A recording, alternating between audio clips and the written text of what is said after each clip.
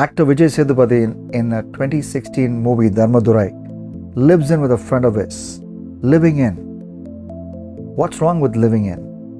Is it something which is right or is it wrong? Is it okay to live in with a friend before you are both married? When you travel out to live in another country, can you live in with a person who is from the opposite sex to cut on rent? These are questions that we ask ourselves. Is living okay?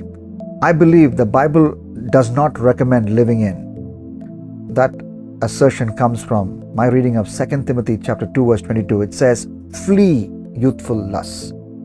Billy Graham read those words and he had this rule throughout his distinguished life and ministry, that he will never get into a confined space with a person of the opposite sex who was not his wife, because he wanted to obey 2 Timothy 2:22. Flee the evil desires of youth. Flee from sexual sin. So what's the answer to this question? Can I live in with a person with whom I'm not married to?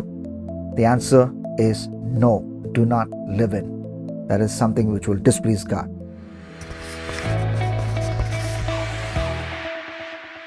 We are glad that you took time to watch this video. If you have a question, please feel free to comment or send us a message.